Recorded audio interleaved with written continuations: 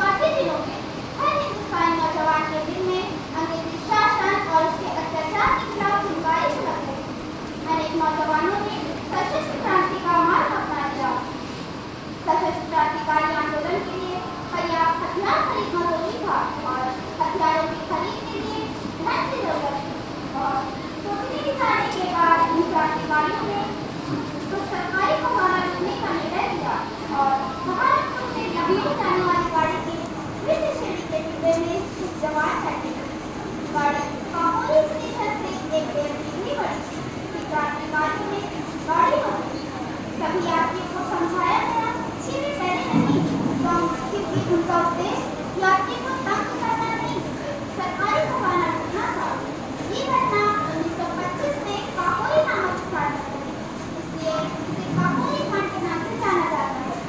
9 अगस्त 1925 में घटने वाली इस घटना के लिए 18 महीने मुकदमा चला और इस मुकदमे के फैसले से मामूली से दोष के लिए भारत के 9 निहालों को फांसी जैसे क्रूरता और खतरनाक सजा सुनाई गई।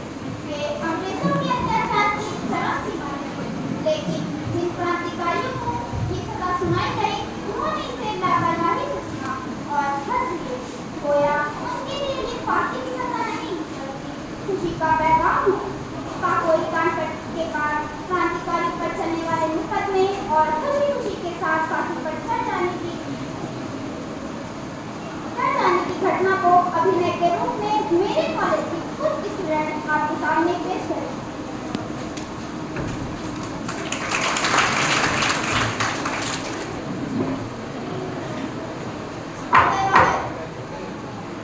अदालत की कार्यवाही शुरू की जाए।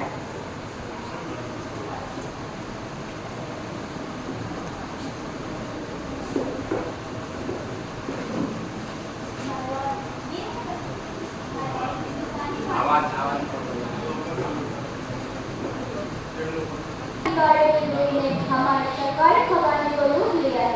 ये सब हिंदुस्तानियों की बहुत बड़ी साजिश है। मेरी आपसे रिक्वेस्ट है इनके खिलाफ सख्त से सख्त कार्रवाई की जाए। That's all.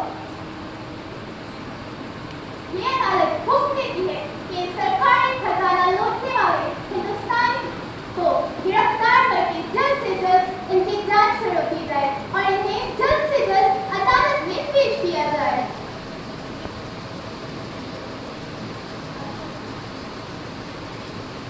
क्रांतिकारियों को पकड़ने के लिए जांच शुरू की गई। शाहजहांपुर से कुछ लोग पकड़े गए, गिरफ्तारी की जाने लगी। राम प्रसाद बिस्मिल, अशफाकुल्लाह खान, राजेंद्र लाहिड़ी समेत 22 लोगों पर मुकदमा चला। ऑर्डर अदालत की कार्यवाही शुरू की जाए।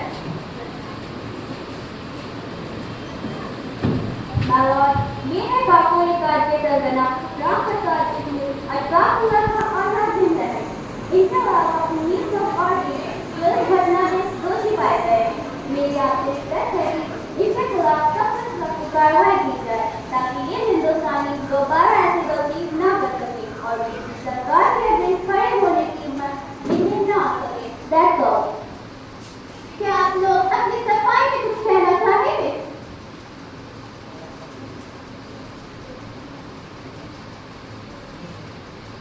सर्वोच्ची की तमन्ना अब हमारे दिल में है, देखना है दूर कितना बाजुए कातिल में है।